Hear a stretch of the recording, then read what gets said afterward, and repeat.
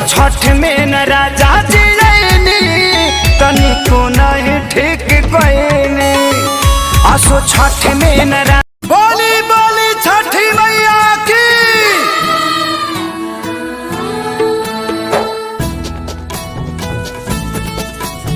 ए जी का हर बार तो हमनी के छठ गा बजा के ए तरीका से करबे करे नहीं जा। हाँ।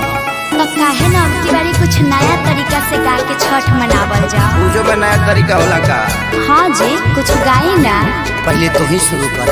हाँ तो सुने पेन्हिना बलमा जी पियरिया चली छपारा के घा का चाही बासा के बहंगिया बहंगी लेके चलब घाट बहंगी लेके चलब घाट। काजी पुरान के नियन गावे लगनी तनी डीजे में गाई डीजे में। कैसे तू ही शुरू कर। हाय से पेन्हिना बलमा जी पियरिया ए जी पेन्हिना बलमा जी पियरिया चली छपारा के घाट चली छपारा के घाट का चाही बासा के बहंगिया बहंगी लेके चलब घाट बहंगी लेके चलब घाट। ए अम्मा जी तनी रौरो नाची आदि शक्ति है। बाट जे पूछेला बटोहिया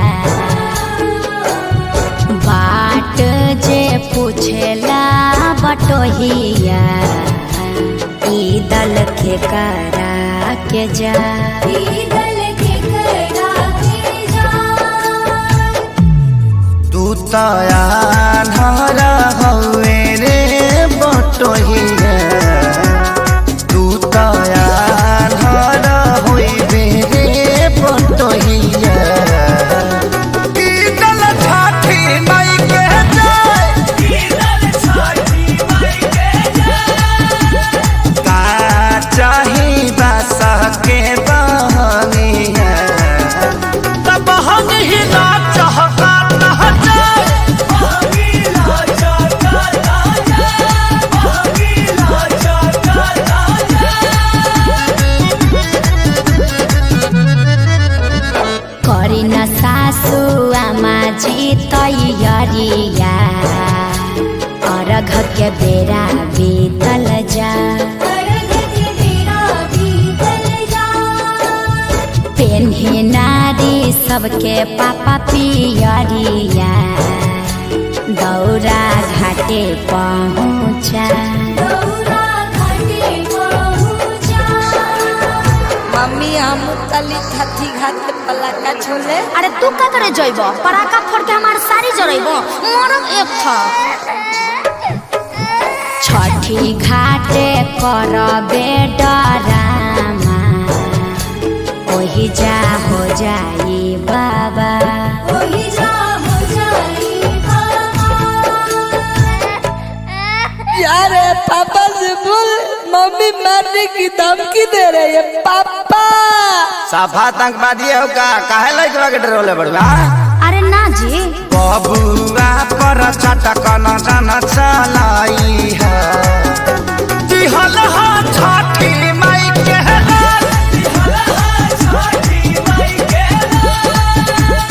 अच्छा ठीक बा ना मारब ई तो हमरो पता बाजी।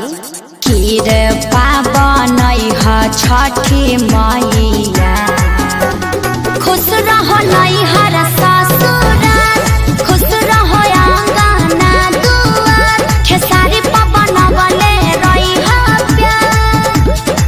छठी मैया की